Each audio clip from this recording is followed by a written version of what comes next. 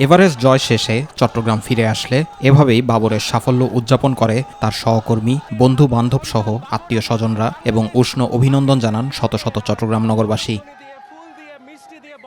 মঙ্গলবার রাত 9:30টায় চট্টগ্রাম শাহ আমানত আন্তর্জাতিক বিমানবন্দরে এসে পৌঁছান ডাক্তার বাবর আলী। কিন্তু তার কয়েক ঘন্টা আগ থেকেই তাকে বরণ করতে ফুল ও মিষ্টি নিয়ে বিমানবন্দরে অপেক্ষায় ছিলেন শত শত মানুষ।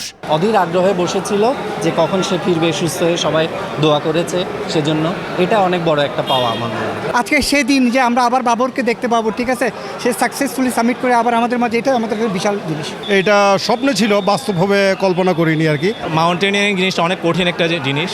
এটা হচ্ছে নিজেকে সময় দিতে হয়, নিজেকে প্রস্তুত রাখতে হয়। ভবিষ্যতে আসলে বাংলাদেশ নামটা আসবে, যখন এভারেস্টের নাম আসবে বা অ্যাডভেঞ্চার কোনো স্পোর্টসের কথা আসবে, তখন বাবরের কথা আসবে। পরে সাধারণ মানুষের ভালোবাসায় সিক্ত হন ডাক্তার বাবর আলী। এভারেস্ট ও লুৎসে জয়ের অভিজ্ঞতা বর্ণনার পাশাপাশি চ্যালেঞ্জের কথাও জানান তিনি। কঠিন প্রস্তুতি সবার জন্য আই প্রিপেয়ার্ড ওয়েল।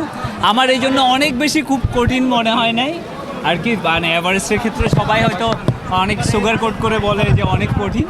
এভারেস্ট থেকে নামার সময় তুষার ঝড়ের পড়াটা সবচেয়ে চ্যালেঞ্জিং ছিল।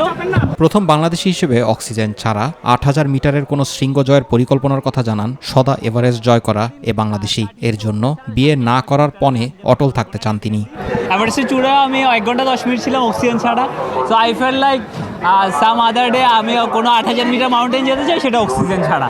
গত 19শে মে পঞ্চম বাংলাদেশি হিসেবে পৃথিবীর সবচেয়ে উঁচু পর্বতশৃঙ্গ হিমালয়ের মাউন্ট এভারেস্ট জয় করেন বাবর। একই যাত্রায় প্রথম বাংলাদেশি হিসেবে 21শে মে বিশ্বের চতুর্থ উঁচু শৃঙ্গ লুৎসের চূড়ায়ও পদচিহ্ন রাখেন তিনি। জুবার রহমান, মাই টিভি নিউজ।